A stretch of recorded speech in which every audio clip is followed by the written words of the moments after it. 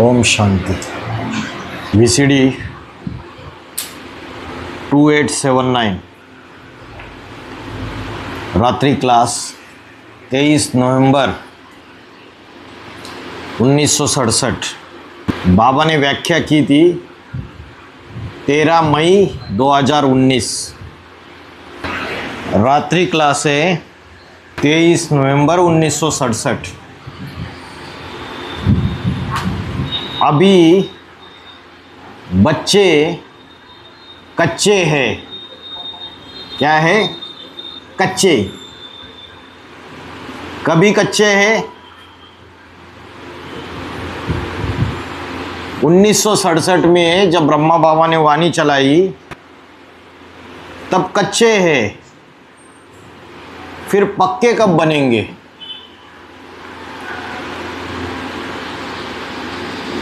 अभी 2025 चल रहा है। बच्चे पक्के हैं क्या? और जब बाबा ने इसकी व्याख्या की थी 13 मई 2019 को, तब बच्चे पक्के कहेंगे क्या? पक्के कब कहे जाए? पक्के कब कहे जाए? जब याद करते करते अगर कर्मेंद्रियों के प्रभाव में ना आए,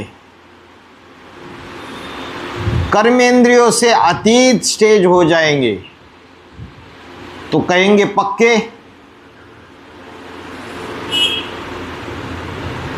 जो बच्चे कच्चे हैं वो जानते हैं कि हम पक्के हो जाएंगे जब कर्मातीत अवस्था हो जाएगी। कर्मातीत अवस्था मतलब कर्मों से अतीत। अतीत माना परे। कर्म कर रहे कर्मेंद्रियों से, लेकिन उन कर्मों का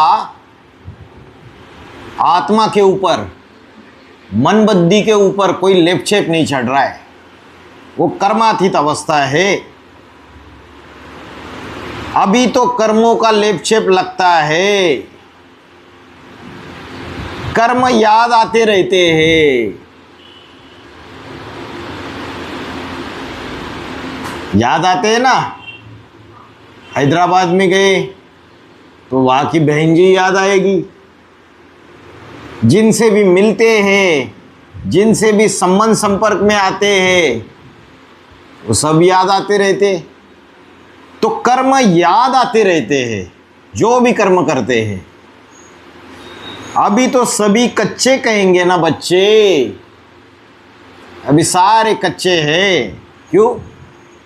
क्योंकि योग बल का इतना अभ्यास नहीं है।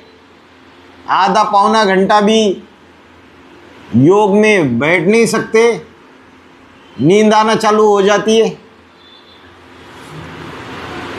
तो सभी में कौन कौन आ गए? जो बच्चे हैं अभी सब कच्चे हैं, तो सभी में कौन कौन आ गए? A to Z। जब तक कोई बड़ा इम्तिहान ना पास करे, दुनिया में बड़ा इम्तिहान कौन सा रहता है? भारत में खासकर सबसे बड़ा इम्तिहान कौन सा है? भारत में, बाहर की दुनिया में सबसे बड़ा इम्तिहान कौन सा है? Examination. IAS, Indian administrative service. Indian administrative service, पहले इसको ICS बोलते थे, इंडियन सिविल सर्विसेज। अभी तो उससे ऊंचा इम्तिहान हो गया। जो ICS है उससे ऊंचा इम्तिहान हो गया IAS, इंडियन एडमिनिस्ट्रेटिव सर्विस। तो बड़ा इम्तिहान हुआ। जब तक वो पास न करे तो नीचे वाले तो सभी कच्चे ठहरे ना। अच्छा, अष्टदेव ने बड़ा इम्तिहान पास किया या नहीं किया? 2018 में पास किया। जब माया के बड़े बड़े विघ्न आए तो डटकर खड़े रह गए। तो बाबा कच्ची बात नहीं करते। इस ज्ञान मार्ग में, ईश्वरीय ज्ञान मार्ग में जब कर्मातीत अवस्था को पहुंचे तब पक्के ठहरे, और नहीं पहुंचेंगे कर्मातीत अवस्था को तो कच्चे ठहरे। कर्म करते करते कर्मेंद्रियों के प्रभाव में आ जाए, लगाव में आ जाए, आकर्षित हो जाए और बुद्धि उधर ही खींचने लगे तो कच्चे या पक्के? कच्चे। बाहर की दुनिया में जाते हैं धंधा दौरी करने, ऑफिस में जाते हैं, वह लगाव में आ जाते हैं, देहदारियों के प्रभाव में आ जाते हैं, आकर्षण में आ जाते हैं, तो कच्चे हैं या पक्के हैं? कच्चे हैं। क्योंकि माला जो बनती है, जो दुनिया का ऊस से ऊस संगठन बनता है, वो माला भी तो नंबरवार बनती है ना। माला में मन के होते, कोई ऊपर होते, कोई नीचे होते, कोई बीच में होते, तो नंबरवार होंगे ना। कोई दाएं कोई बाएं, तो सब नंबरवार। देखो जो 108 की माला बनती है, कितनों को कहेंगे पक्के? 108 में कितनों को पक्के कहेंगे माता जी? 8 को कहेंगे पक्के, और बाकी 100 हुए नंबरवार पुरुषार्थ अनुसार। 8 तो अपना पूरा पूरा पोता मिल देते हैं, 100 पूरा पूरा पोता मिल देते हैं अपना? नहीं देते, छुपा लेते हैं, छुपा लेते हैं ना। सोचते हैं अरे बाबा क्या सोचेंगे, है ना। अरे बाबा हमारा ये पोता मिल पड़ेंगे तो हमारे बारे में क्या सोचेंगे, लज्जा आती है, छुपा लेते हैं। कोई कोई ऐसे होते हैं जो सोचते हैं कि अरे सब थोड़ी पोता मिल देते होंगे, हमें ही क्यों देना है, और जो देते होंगे वो सच्चा थोड़ी देते होंगे, तो हम क्यों दे। तो जो ऊंच पद पाने वाले हैं वो अपना पूरा पूरा सच्चा पोता मिल देंगे, पूरा नंगा होंगे। बाप के सामने नंगा होने में शर्म आती है? नहीं आनी चाहिए ना। वो पोता मिल कहाँ डाला जाता है? सागर में। और सागर कितने गाए हुए हैं? 7 सागर गाए हुए। तो बोला बाकी 100 नंबरवार पुरुषार्थ अनुसार। तो 8 जो है पुरुषार्थ में 100 के मुकाबले ऊंचे हो गए ना। ऊंचा इम्तिहान पास किया होगा ना। तो सारी 108 की माला देखो कितने हैं। पुरुषार्थ करने वाले करोड़ों मनुष्य है। करोड़ों कैसे बता दिया? अभी भक्ति मार्ग में भी पुरुषार्थ कर रहे हैं नहीं कर रहे? सतयुग के अंत तक कितने आएंगे? 2 करोड़ आएंगे, और त्रेता के अंत तक 10 करोड़ आएंगे। कुछ न कुछ पुरुषार्थ करेंगे ना। तो बोला करोड़ों पुरुषार्थ करने वाले हैं, उनमें जो प्रजा वर्ग में जाएंगे वो पुरुषार्थ करते हैं? नहीं, प्रजा तो पुरुषार्थ करती ही नहीं। तो जो पुरुषार्थ करने वाले हैं वो तो प्रजा वर्ग में आ जाते हैं। कुछ तो सुना होगा ना। अरे सुनने का पुरुषार्थ किया तो कहेंगे वो पुरुषार्थी भी हुए, भले लास्ट के। तो करोड़ों मनुष्य पुरुषार्थी है, तो उनमें पक्के जिसको कहे कर्मातीत अवस्था, माना पास विद ऑनर।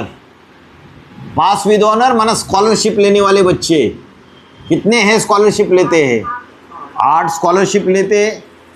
बाकी फिर कहेंगे कच्चे कच्चे कच्चे कच्चे। 5 बार कच्चे, ऐसे करते करते कितने कच्चे जाकर बनते हैं। जबकि वास्तव में इस समय तो सभी कच्चे हैं। इस समय जब मम्मा बाबा जीवित थे उस समय तो सभी कच्चे थे। मम्मा बाबा के रहते रहते तो कच्चे ही रहे, सभी कच्चे। इसलिए पढ़ाई चालू रहेगी कि पढ़ाई बंद? पढ़ाई चालू रहती है। मम्मा बाबा शरीर छोड़ने के बाद भी पढ़ाई चालू क्यों रहती है? क्योंकि कच्चे हैं।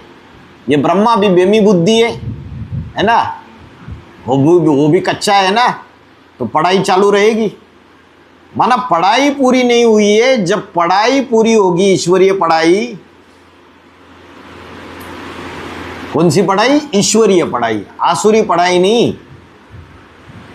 तो मनुष्य से भी ऊंचे, ऋषि मुनियों से भी ऊंचे देवताएं पढ़ाने वाले नहीं। जो मम्मा बाबा की आत्मा है वो सतयुग में क्या बनेंगे? सतयुग में देवता बनेंगे। तो पढ़ाने वाला देवता होगा, या देवता से भी ऊंचा कोई होता है? देवता से ऊंचा होता है ईश्वर, भगवान। ईश्वर तो एक है, सबका ईश्वर। कोई भी धर्म वाला हो, धर्म पिता हो, धर्म का फॉलोअर हो, ऊंचे से ऊंचे सनातन धर्म से लेके नीच से नीच नास्तिक वालों तक, जो भी हो वह ईश्वर को आखिर मानेंगे। नास्तिक भी जब सर के ऊपर डंडा पड़ेगा तब मानेंगे। तो वह एक ईश्वर को मानेंगे या अनेकों को मानेंगे? एक ईश्वर को मानेंगे। एक ईश्वर से जो पढ़ाई निकलती है वो सच्ची है या झूठी है? वो सच्ची है। सत्य को ज्ञान कहा जाता है, और ज्ञान एक से आता है, ज्ञान अनेकों से नहीं आता है।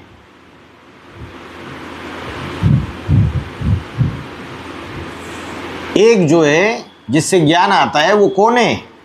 ऊपर वाला है। गुरु नानक जी ने भी इशारा कर दिया ऊपर की ओर, ऊंचे से ऊंचा करतार।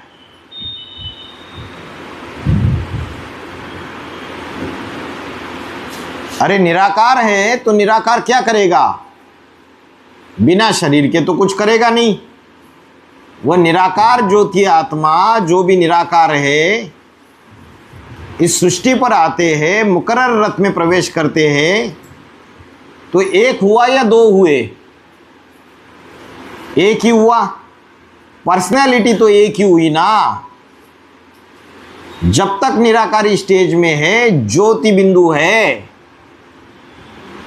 जो बिंदु है वो क्या फुदक फुदक के ज्ञान उगलेगा?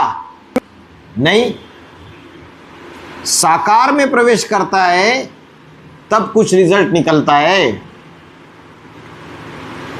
उस ईश्वरीय पढ़ाई में देखो पक्के बहुत थोड़े निकलते हैं, बाकी सब कच्चे ही कच्चे। कच्चे तो कहेंगे ना, जो एक से पढ़ते वो सब क्या पक्के हो जाते? सारे ही तो एक से पढ़ रहे, फिर थोड़े पक्के और बाकी सब कच्चे क्यों रह जाते? जो 90 मार्क्स उठाएंगे उनको भी तो कच्चे कहेंगे। हाँ, 10% कच्चे हुए ना, तो कच्चे के लिए कहा जाता है फिर क्षत्रिय। क्या कहा जाता है? क्षत्रिय। जो भी 90% पास होने वाले हैं या 99% पास होने वाले हो, सभी कच्चे या पक्के? कच्चे। एक दूसरे से भेंट करेंगे, भेंट करेंगे मतलब कंपेयर करेंगे, तो कच्चे पक्के साबित होंगे या नहीं? अच्छा, जो नंबर 1 अष्टदेव है, जो बाप का पाठधारी, मनुष्य सृष्टि का बाप, उसकी भेंट किससे करेंगे? उसका कंपैरिजन किससे करेंगे? अरे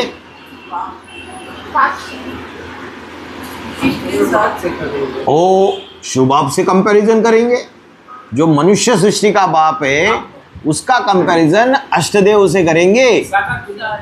हाँ, अष्टदेवों से करेंगे। तो वो अगर पक्का है तो अष्टदेव नंबरवार उसके मुकाबले कच्चे हैं ना, फिनिशिंग का अंतर है ना। और अष्टदेव का कंपैरिजन 108 से करेंगे। अष्टदेव अगर पक्के हैं तो 108 नंबरवार कच्चे हैं। तो जो कच्चे हैं उनको कहा जाता है क्षत्रिय। और क्षत्रिय माना क्या? छात्र तेज वाला, जिसके ऊपर छतरी होती है, जिसकी छतरी होती है। जो राजाएं बनते हैं वो क्षत्रिय रहते थे ना। छत्र माना छाता। जब धूप होती है, बरसात गिरती है, बड़े बड़े पत्थर वत्थर गिरते हैं, तो छाता क्या करता है? सुरक्षा करता है। उनका काम ही है सुरक्षा करना। जो क्षत्रिय है किसकी सुरक्षा करते हैं? किनकी सुरक्षा करते हैं? जो क्षत्रिय है, जो सच्चे सच्चे ब्राह्मण है, सीधे साधे, उनकी सुरक्षा करते हैं। जो छल छिद्र कपट वाले उनकी सुरक्षा नहीं करते हैं। जो एडवांस पार्टी की बीजरूपी ब्राह्मणों की दुनिया है, उसमें जो सच्चे सच्चे ब्राह्मण हैं उनकी सुरक्षा करते हैं। जो बाप है मनुष्य सृष्टि का वो भी क्षत्रिय है, और जो 5वें नंबर का पूर्वज है वो भी क्षत्रिय है। वो सच्चे सच्चे ब्राह्मण की, जो ब्राह्मण है उनकी सुरक्षा करते हैं, उनकी पवित्रता की रक्षा करते हैं। जो नंबर 1 अव्वल नंबर क्षत्रिय होगा उसकी सुरक्षा कौन करेगा? कोई करेगा या नहीं करेगा? हाँ? जो अव्वल नंबर है उसकी सुरक्षा कौन करेगा?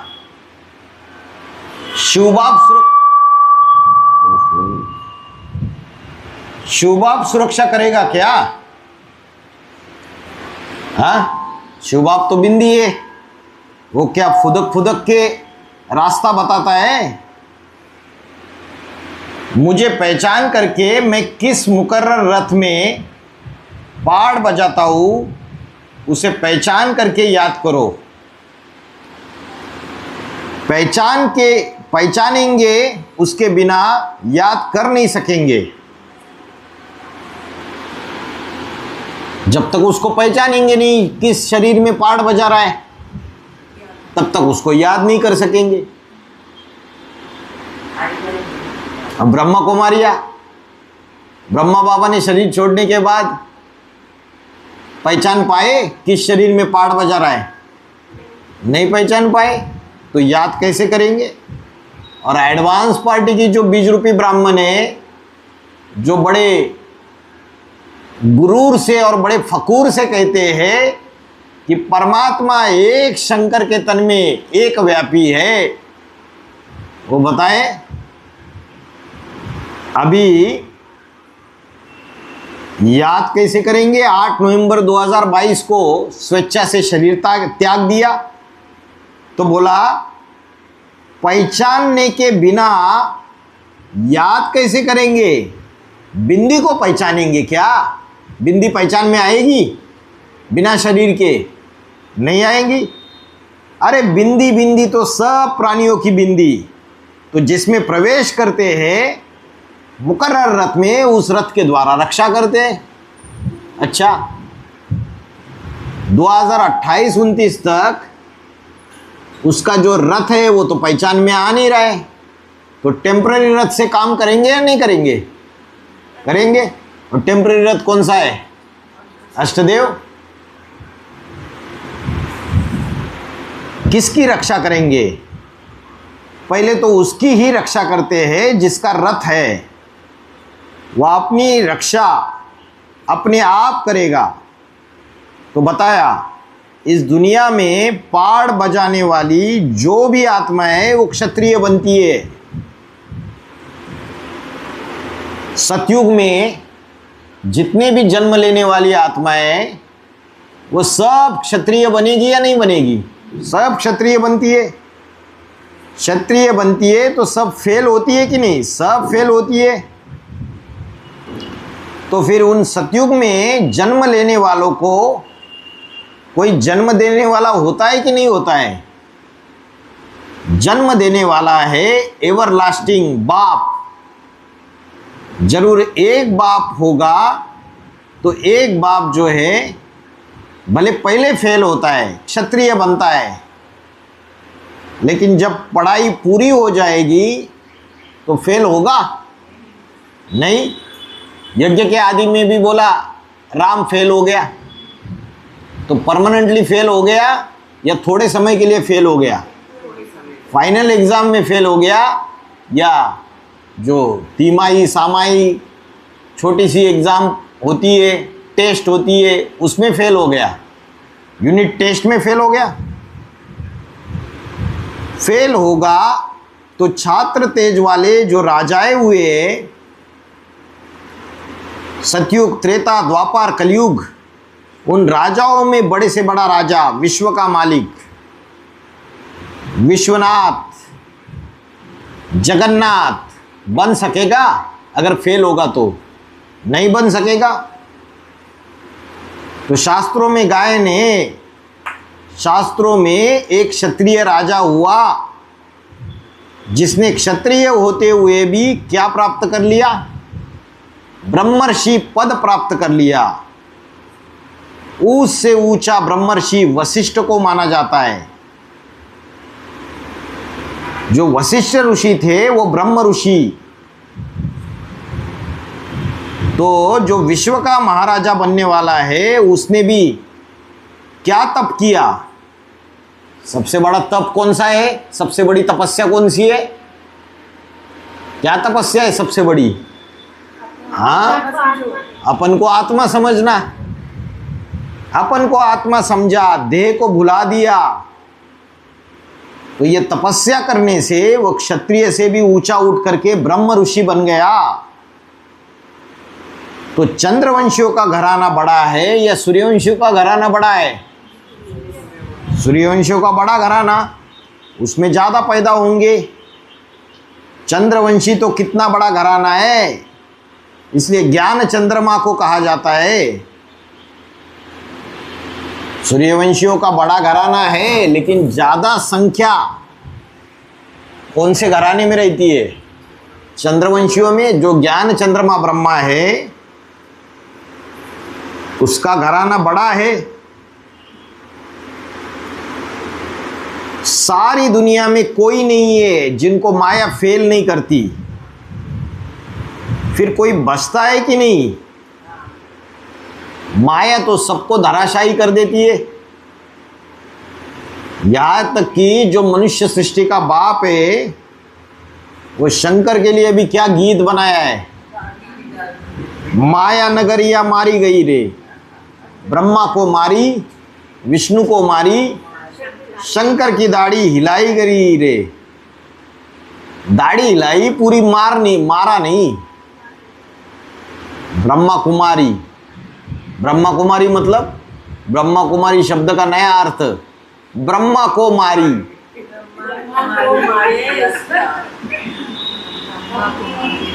तो 1969 में दादा लेखराज ब्रह्मा को शरीर छोड़ना पड़ा। अब जो बच्चे हैं उनकी वजह से शरीर छोड़ना पड़ा। तो ब्रह्मा को मारी या नहीं मारी? ये तो तुम्हारे के पास सब जाएगा। बहुत मजा का मारूंगा ना। और जो प्रजापिता ब्रह्मा कुमारी है वो प्रजापिता ब्रह्मा को मारी है ना।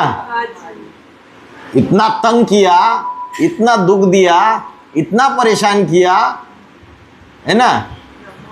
तो बोला शंकर की दाढ़ी हिलाई गई रही है। दाढ़ी हिलाने से वो उखड़ी भी नहीं और गिरी भी नहीं, वो धाराशायी हुआ क्या? नहीं।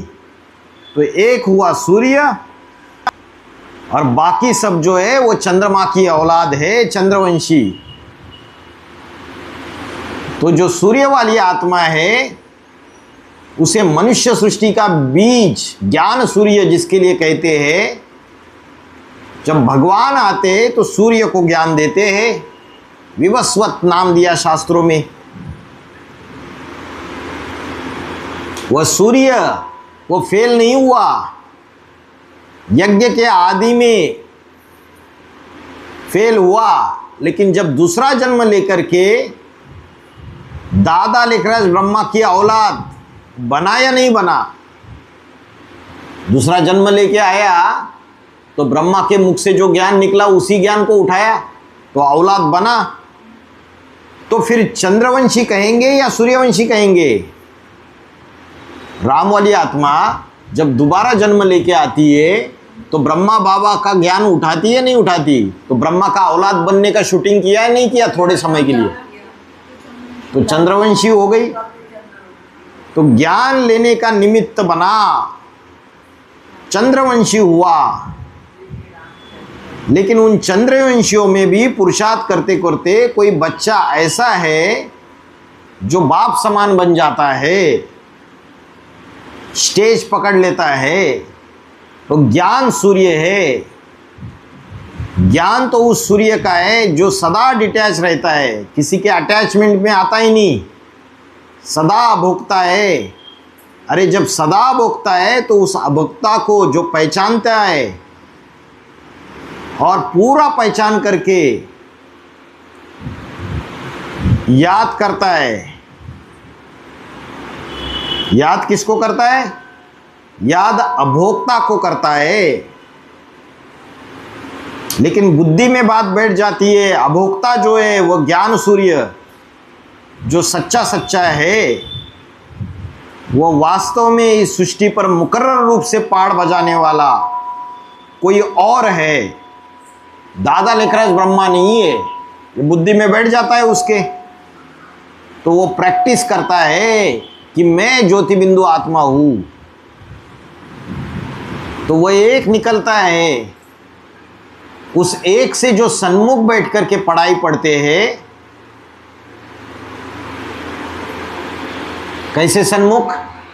ऐसे नहीं कि सिर्फ बाहर से सन्मुख, बाहर से सन्मुख है दिखावे के लिए, बाबा आते या भाई जी आते तो सामने बैठ जाएंगे, और अंदर से विरोधी संकल्प चलते, संशय आता है।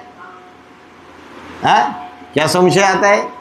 अरे संशय आता है, अरे अष्टदेव है, चलो मानते हैं भाई, लेकिन इन अष्टदेव को मुरली सुनाने का ये बात कुछ हजम नहीं होती है। संशय आता है बुद्धि में। किसी किसी को ऐसा संशय आता है, अरे दृष्टि तो एक शिव बाबा ही देंगे, ये अष्टदेव कहाँ से दृष्टि देने लगे, इस बात पे संशय आता है। बैठते सामने सन्मुख बैठते हैं, बाहर से सन्मुख है लेकिन अंदर से सन्मुख नहीं रहते हैं, अंदर ही अंदर निगेटिव संकल्प चलते रहते हैं।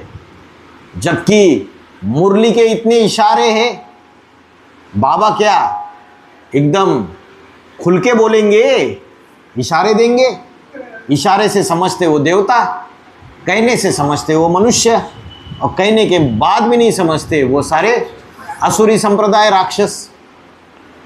तो बाबा ने बोला कि पारसनाथ और पारसनाथिनी सिर्फ एक नहीं है, जो बाप समान आत्मा है अष्टदेव वो भी पारसनाथ पारसनाथिनी है। उनकी दृष्टि से, उनके संग से, उनके वाइब्रेशन से दुनिया सुधरती है। तो पहले पहले अपनी दुनिया जो होगी, अपने परिवार को सुधारेंगे या नहीं सुधारेंगे? सुधारेंगे। तो ये बात बुद्धि में बैठती नहीं है। तो भाई जी, तो इसके साबित हो जाता है तो अष्टदेव द्वारा ही बाप की पहचान हो जाएगा ना? अष्टदेव के द्वारा बाप की पहचान होगी जब नंबर 1 रुद्र जो शिव समान बन गया वो अष्टदेव में प्रवेश करता है। और जब अष्टदेव में प्रवेश करेगा तो ज्ञान नहीं सुनाएगा क्या? ज्ञान नहीं सुनाएगा। जबकि अष्टदेव के लिए बोला तीनों दुनिया को ज्ञान सुना सकते, बीज रूपी ब्राह्मणों की दुनिया को, आधार मूर्तों को और बाहर की दुनिया को, तीनों दुनिया को ज्ञान सुना सकते हो। और बोला चाहे जिस्मानी लड़ाई है चाहे रूहानी लड़ाई है, अपने अपने अष्टदेवों को याद जरूर करते होंगे ना, विशेष रूप से बोला। तो जो नंबर 1 रुद्र जो प्रवेश कर रहा है उसकी आत्मा अष्टदेवों में, तो वो ज्ञान नहीं सुनाएगी, सुनाएगी ज्ञान, क्यों नहीं सुनाएगी। मुरली के जो मुरली ब्रह्मा के मुख से चली, उस मुरली का क्लैरिफिकेशन देने की जरूरत क्यों पड़ी? क्योंकि सारे बच्चों ने समझा नहीं गहराई से, इसलिए क्लैरिफिकेशन देने की जरूरत पड़ी। और जब एडवांस पार्टी में जो मनुष्य सृष्टि का बाप है, उसके द्वारा जो शिव बाबा ने क्लैरिफिकेशन दिया, वो क्लैरिफिकेशन क्या 20 रूपी ब्राह्मणों की दुनिया में सबके बुद्धि में बैठ गया? सारा नहीं बैठ गया। देखो जो सामने वो बोल रहे नहीं बैठ गया करके, कलकत्ता वाले, और बाकी लोगों को लग रहा है कि हमारे बुद्धि में तो सब कुछ बैठ गया है। इसीलिए तो अनिश्चयता पैदा हो गया ना, पैदा हो गया ना अनिश्चयता। बाप के सिख से पहचान नहीं पाए ना। तो बोला ऐसे नहीं, बाहर से बैठे वो सन्मुख और अंदर से विरोधी संकल्प चलते, संशय आता है, संशय बुद्धि बनते, पता नहीं क्या बाप है कि नहीं है, या बुद्धू बना रहा है हमको। देखो 2019 में बाबा ने क्लैरिफिकेशन दिया। जो साधारण तन में जो बाबा का पाठ चल रहा था, उसमें भी कोई ऐसे ऐसे बच्चे थे जो सन्मुख बैठते थे, लेकिन उनके अंदर ही अंदर संशय आता था कि पता नहीं बाप है क्या, बुद्धू बना रहा है हमको। अंदर से भी सन्मुख और बाहर से भी सन्मुख, ऐसे जो बच्चे होंगे वो थोड़े होंगे या ज़्यादा होंगे? बहुत थोड़े बच्चे निकलते हैं, बाकी सब नापास। इसका यह मतलब नहीं कि जो सूर्यवंशी है, सूर्य के सन्मुख पढ़ाई पढ़ने वाले हैं, सन्मुख बैठने वाले हैं, भले अंदर से बाहर से भी वे सभी पास हो जाते हैं। हो जाते हैं क्या सभी? नहीं। फिर सूर्यवंशियों में भी पास विद ऑनर कितने निकलते? पास विद ऑनर कितने निकलते? 8 निकलते। सिर्फ 8 निकलते। तो बाबा ने बोला अरे इतनी बड़ी कल्प की बाजी, ये बाजी लगाता है ना इतनी बड़ी, और इतनी बड़ी दुनिया में से सिर्फ 8 निकलते। तो भक्ति मार्ग में दिखाया जाता है शिव जो साकार रूप धारण करता है मुकर्रर रथ का, शंकर के द्वारा सुप्रीम, शिव सुप्रीम जिसमें प्रवेश करता है, उस साकार के सर पर वो 8 दिखाए जाते हैं। वो जो साकार है उसके सर पर 8 दिखाए जाते हैं। वो किस रूप में? इतने प्यारे बच्चे हैं कि बाप प्यार में आकर उनको अपने सर पे चढ़ा के बिठा देता है, सर के ऊपर चढ़ाए रखता है। तो बोला सिर्फ 8 है। कितने हैं? 8। बीच में जो 9वां रखा जाता है ना, 9 रतन गाए जाते हैं ना, तो बीच में जो 8 है वो तो हो गए माला के दाने। तो 8 है माला के दाने, माना संगठन के अंदर माला के दाने बने। बाकी बीच में जो है उसके लिए तो पास विद ऑनर नहीं कहेंगे ना। माला के अंदर है या बीच में? बीच में है। नहीं, वह तो पढ़ाने वाला टीचर है, बीच में ऊंचा है सुप्रीम टीचर। उसके लिए नहीं कहेंगे ये कच्चा है, ये पक्का नहीं है। यह तो सदा इस सृष्टि रूपी रंगमंच पर पे पाड़ बजाता है। पक्का पाड़ बजाता है या कच्चा पाड़ बजाता है? जो माला है, माला के बीच में जो फूल है, वो कच्चा पाड़ बजाता है या पक्का पाड़ बजाता है? पक्का पाड़ बजाता है। वो तो ईश्वर का पाठधारी है, सदा ही पक्का है। जो सदैव पक्का ही पक्का है, जो बड़े से बड़े टीचर होता है ना बच्चे, वो पक्का ही पक्का ठहरा। वह तो कच्चा पक्का बनता ही नहीं, उनको पुरुषार्थ नहीं करना पड़ता है। सारी सृष्टि का जब विनाश का टाइम आता है तो विनाश करता है कि नहीं करता है? बिंदी रूप में विनाश करता है कि साकार शरीर के द्वारा पूजा जाता है, गाया भी जाता है और पूजा भी जाता है। तो पुरुषार्थ जो शरीर से करता है वो पवित्र रहने का पुरुषार्थ करता है या अपवित्र हो जाने का पुरुषार्थ करता है? उसको संग का रंग लगता है या नहीं लगता है?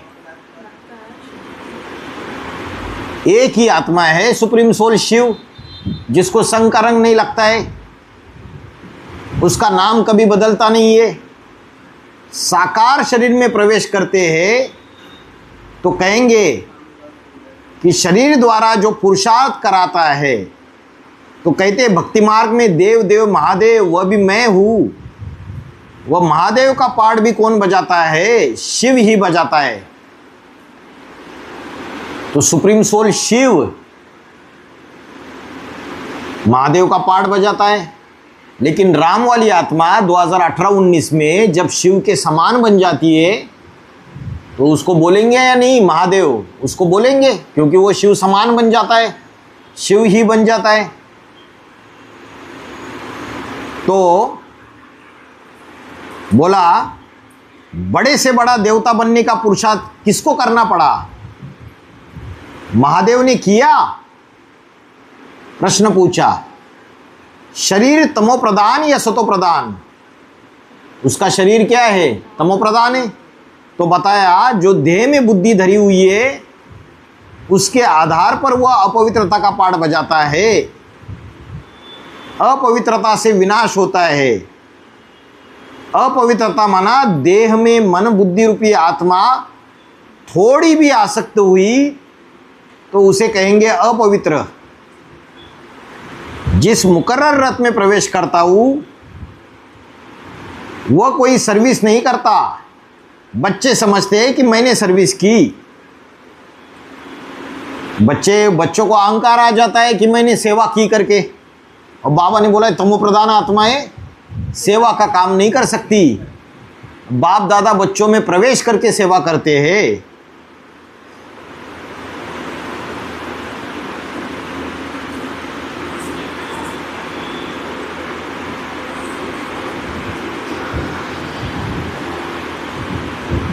ऊंचते ऊंच जो शिव की आत्मा है वो प्रवेश है। किसमें प्रवेश है? मुकर्रर रथ में प्रवेश है। तो तुम्हारी जो माला बनती है वो बैठ करके समझाते शास्त्रों की बातें। तो माला की पुरानी बात है, वो जानते ही नहीं ये माला किसने बनाई। शिवो हम कह के बैठ जाते हैं, समझते हमने माला बनाई। और ब्रह्मा बाबा भी क्या समझते थे? माला कौन बनाएगा? ब्रह्मा बाबा समझते थे माला मैं बनाऊंगा। बनाते थे और फिर क्या हो जाती थी? माला टूट जाती थी। हाँ, ब्रह्मा बाबा माला बनाते थे और बाप मुस्कुराते थे, क्योंकि बाबा को पता था ये जिनकी माला बना रहे ये बच्चे भागने वाले हैं बाद में, ये भी साथ देने वाले नहीं है। तो साकार शरीर से विजय प्राप्त करेगा विश्व के ऊपर तो वो विजय माला बनेगा, रुद्रमाला बनाएगा। या विजय प्राप्त न करे, शरीर ही छूट जाए तो माला बनेगी? नहीं बनेगी। तो बोला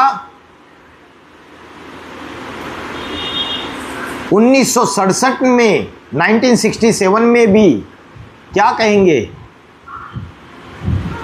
5000 वर्ष हुआ तो रुद्रमाला बनाई। फिर देखो अभी फिर से रुद्रमाला बन रही है। 5000 वर्ष पहले भी रुद्रमाला बनी थी, अभी फिर से रुद्रमाला बन रही है। सर के ऊपर माला के जो 8 दाने दिखाए जाते हैं वो कौन सी माला के? श्रेष्ठ माला के मन के है, रुद्रमाला के मन के है। ऐसा नहीं कि 4 रुद्रमाला के और 4 विजय माला के, 8 के 8 रुद्रमाला के मन के है। वह श्रेष्ठ श्रेष्ठ मन के है तो वह रुद्रमाला फिर बन रही है। 5000 वर्ष पहले भी बनी थी तो कच्चे और पक्के, और उनसे भी कच्चे, पक्के कच्चे और उनसे कच्चे। तो देखो ये क्वालिटी बनती है। क्वालिटी भी नंबरवार बनती है। कोई अव्वल क्वालिटी के, जो अव्वल क्वालिटी के होंगे वो 8 में आएंगे या नहीं आएंगे? 8 में आएंगे। कोई नंबरवार क्वालिटी का आदि, मध्य और अंत ऐसे कहा जाता है।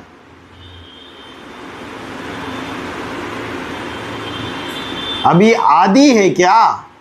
शुरू से लेकर के सतयुग से आदि है। जब रावण का राज्य शुरू हो जाता है तो कहेंगे मध्य। रावण का राज्य कब से शुरू हो जाता है? द्वापर युग से।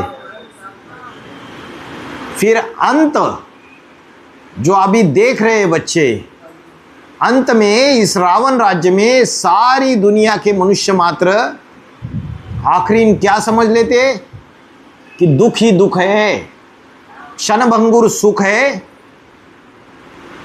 लेकिन ऐसा टाइम आएगा कि क्षण मात्र भी सुख का अनुभव नहीं कर सकेंगे। अभी तो कर लेते हैं सुख का अनुभव।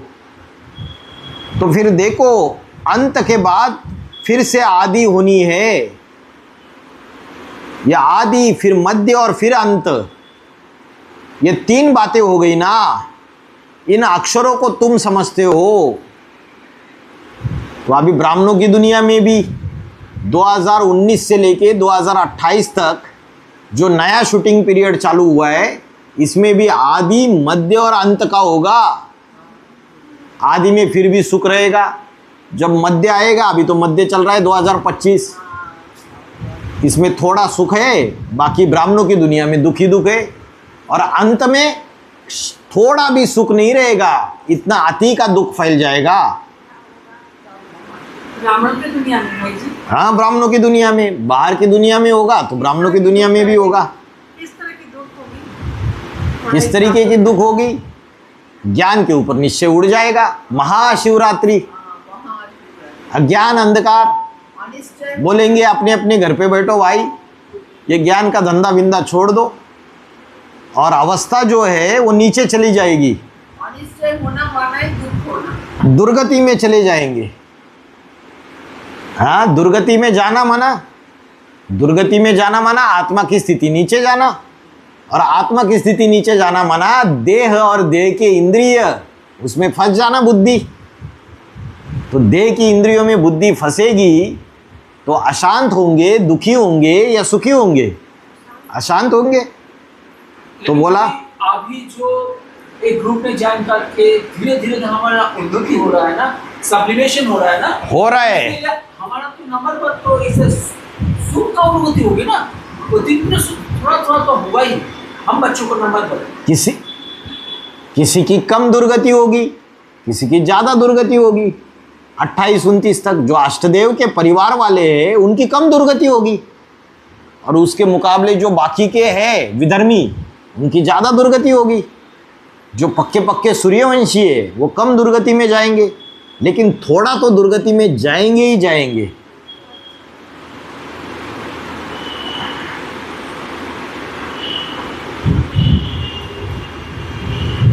जब से यह सृष्टि 16 कला संपूर्ण आत्माओं की, प्राणियों की दिखाई देती है, तब से कहेंगे, क्या कहेंगे? जब 16 कला संपूर्ण होते हैं तब फिर भी सुख होता है। तो 16 कला संपूर्ण बनते हैं, बनाने वाला बनाता है, उनको जन्म देता है, शरीर से जन्म देता है ना। तो बताया सतयुग के आदि में जो हुए, और सतयुग तो अभी 5000 वर्ष हुए, ऐसे कहेंगे। तो सतयुग तो अभी आता है, अभी माना संगम में। संगम में भी 2 हिस्से, एक कलयुग का हिस्सा, एक सतयुग का हिस्सा। सतयुग और कलयुग दोनों का मेल माना, दोनों का संगम।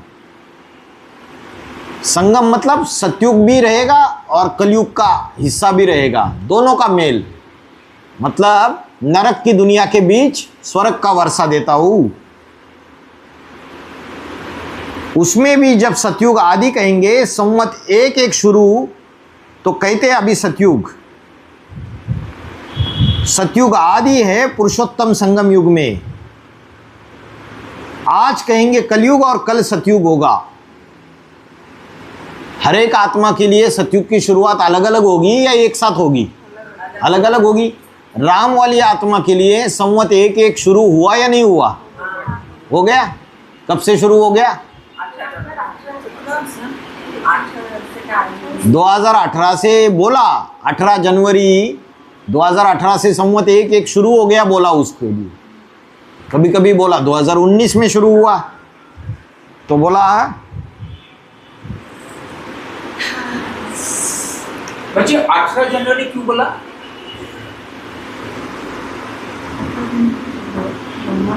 अठारह जनवरी 69 में ब्रह्मा बाबा ने शरीर छोड़ दिया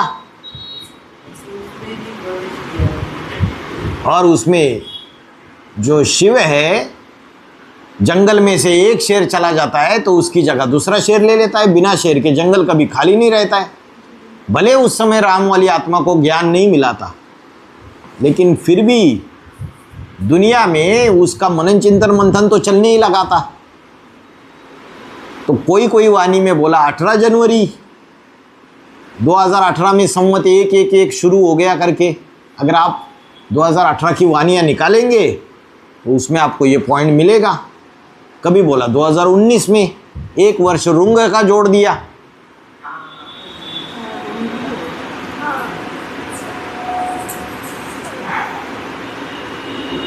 तो हर एक आत्मा के लिए सतयुग अलग अलग है ना। अष्टदेवों के लिए 2029 5 दिसंबर 2029 को बोला 8 की छोटी राजधानी स्थापन हो जाएगी। तो उनके लिए संगम युगी स्वर्ग चालू हो जाएगा। उनके लिए एक होगा 5 दिसंबर। हाँ, उनके लिए संवत 1-1 चालू हो जाएगा। 5 दिसंबर हाँ, 8 के लिए, फिर उसके बाद 108 के लिए भी होगा। बाबा ने बोला फास्ट मल्टीप्लिकेशन होगा, मिनटों मोटर तैयार होती जाएगी, ज़्यादा टाइम नहीं लगेगा। 8 बन गए तो 108 भी जल्दी जल्दी बन जाएंगे, फिर 1000 भी जल्दी जल्दी बन जाएंगे, फिर 16108 का परिवार भी जल्दी जल्दी बन जाएगा। तो यहाँ पर एक प्रश्न था 5 दिसंबर 1969 अब बैक टू मिलर, इसके बाद 5 दिसंबर 2019 आप बोला है सिख में सेट हो जाता है ना, वो मैंने अष्टदेव के बारे में, और बोला 5 दिसंबर 2029 राजधानी स्थापन होने वाला है। तो काल को जो एक मिस्त्री नंबर दिया नहीं तो बोला ना 2026 के अंदर ऐसा ही होना जहाँ पर टोटली रूहानी सरकार आएगा। तो दुनिया का सरकार नहीं होगा, प्रजातंत्र सरकार नहीं, ऐसा नहीं बोला। 2026 तक ये जो प्रजातंत्र गवर्नमेंट है ये खत्म हो जाएगी, ऐसा बोला कल की वाणी में। ऐसा नहीं कि प्रजातंत्र गवर्नमेंट खत्म हो जाएगी तो सारी रूहानी गवर्नमेंट आ जाएगी। प्रजातंत्र गवर्नमेंट खत्म हो जाएगी, हाँ, मिलिट्री शासन आएगा और ही दुनिया की हालत बिगड़ती जाएगी।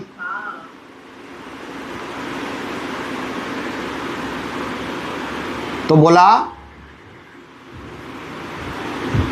ये जो सतयुग आने वाला है ये शरीर छोड़ने के बाद आने वाला है कि कोई इसी शरीर से इन्हीं आंखों से सतयुग देखेंगे? पूछा, इन्हीं आंखों से देखेंगे सतयुग या शरीर छोड़ने के बाद सतयुग में आएंगे? बोला कोई देखेंगे या नहीं देखेंगे? देखेंगे। जो बीज रूप आत्माएं होगी वो सतयुग इन्हीं आंखों से देखेगी। सतयुग आता है तो उनको ऐसे कहेंगे ना कि सतयुग है, क्योंकि पुरुषोत्तम संगम युग उसका अर्थ ही है कि संगम युग में उत्तम उत्तम आत्माएं जब प्रत्यक्ष होती है संसार के सामने तो नंबरवार उसे कहा जाता है पुरुषोत्तम संगम युग। तो पहले पहले पुरुषों में उत्तम आत्मा कौन सी प्रत्यक्ष होती है? राम की आत्मा। और नंबरवार जो पुरुषों में उत्तम उत्तम आत्माएं प्रत्यक्ष होने लगती है उसके बाद अष्टदेव और उसके बाद 108। तो पुरुषोत्तम युग आता है। जितने भी युग है 4 मुख्य युग कहे जाते हैं ना, उनमें उत्तम से उत्तम पुरुषोत्तम युग है। कनिष्ठ युग है कलयुग, और कनिष्ठ पुरुष का योग वो कनिष्ठ माना नीचे और उत्तम माने श्रेष्ठ ते श्रेष्ठ, उत्तम पुरुषों का युग। तो कनिष्ठ पुरुष माना कलयुग, जब नई दुनिया आती है, नई दुनिया तैयार हो जाती है, तो उत्तम आत्माएं संसार में प्रत्यक्ष होने लगते हैं। तो कलयुग उनके लिए पास्ट हो गया। अभी इस समय में हम कहेंगे कि कन्फ्लुएंस युग है। अभी कोई पावन बना नहीं है, पावन बन रहे।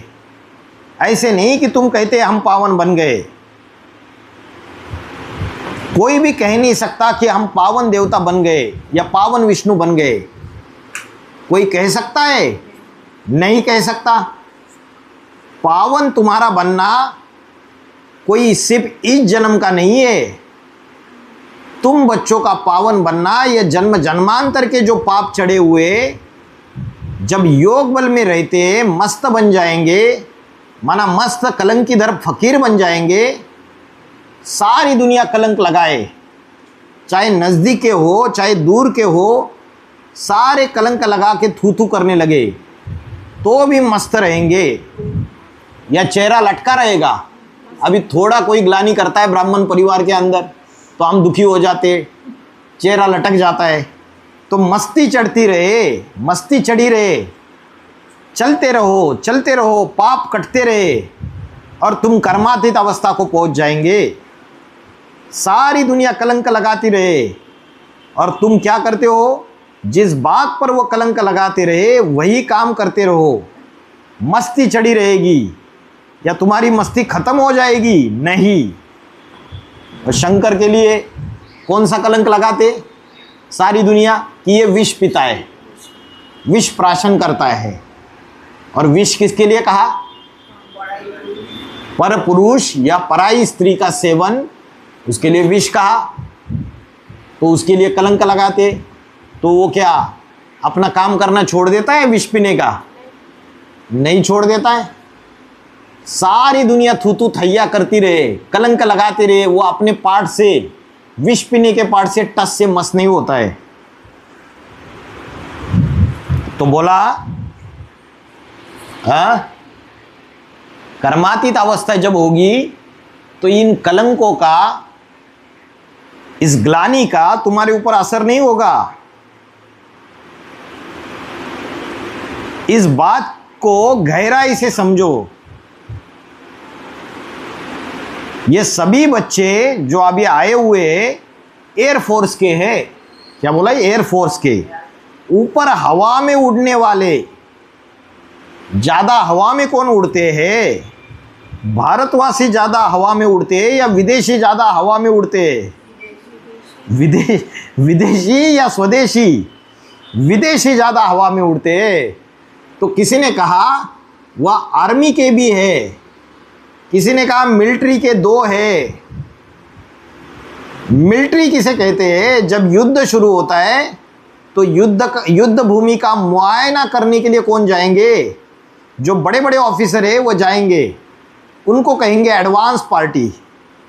एडवांस में जो आते हैं युद्ध भूमि में मुआयना करने के लिए, तो कहेंगे एक्यूरेट मिलिट्री, माना फ्रंट में जाने वाले। तो फ्रंट में भी जाना पड़ेगा। फ्रंट में जाना पड़ेगा किसको कहा?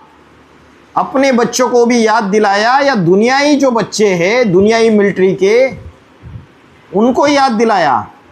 तो बोला तुमको फ्रंट में जाना पड़ेगा। पहले फ्रंट में कितने को जाना पड़ेगा? जो जाके युद्ध भूमि का मुआयना करेंगे, अष्टदेव को जाना पड़ेगा। ब्राह्मणों की दुनिया में जो रूहानी मिलिट्री निकलते, उनमें कोई पहले निकलेगा कि नहीं निकलेगा? तो बोला आज से 10 साल कम 5000 वर्ष पहले 66-67 की वाणी थी, वो वाणी में आया आज से 10 वर्ष कम 5000 साल पहले इन लक्ष्मी नारायण का जन्म हुआ। वो पहले वो रूहानी मिलिट्री का पहला ऑफिसर है जो युद्ध भूमि में फ्रंट में जाता है। कोई जो खुलेआम मैदान में फ्रंट में रहता है और कोई अंदर ही अंदर रहता है चंद्रवंश में, जैसे लक्ष्मी है, वो खुलेआम तो आती नहीं है, अंदर ही अंदर रहती है, मन बुद्धि से फ्रंट में है। कैसा सहयोग देती है? मन बुद्धि से सहयोग देती है। तो दो दिखाए, एक बाहर फ्रंट में है और एक अंदर से फ्रंट में मन बुद्धि से।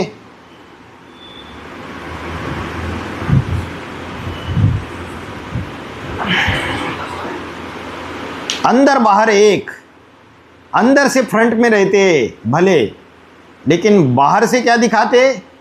अरे जैसा बाप होगा वैसा बच्चा भी होगा ना। बाप अगर चंद्रमा है तो बच्चे चंद्रवंशी क्या दिखाएंगे? अरे दिखावा करेंगे या नहीं करेंगे? तो बाहर से दिखावा करना पड़ता है कि हम तो तुम्हारे सहयोगी है, और अंदर से जब देखेंगे फ्रंट में पहुंच गए और युद्ध भूमि सारी तैयार हो गई युद्ध करने के लिए, अब हमको पहुंचना ही पहुंचना है तो निकल पड़ेंगे। तो बताया फ्रंट में भी जाना पड़ेगा। तो देखो अभी समझो 10-15 वर्ष के अंदर फ्रंट में जाते हैं, फिर क्या करेंगे? फ्रंट में जाना तो पड़ेगा माना मजबूरी से जाएंगे या उमंग उत्साह से जाएंगे? उमंग उत्साह से जाएंगे।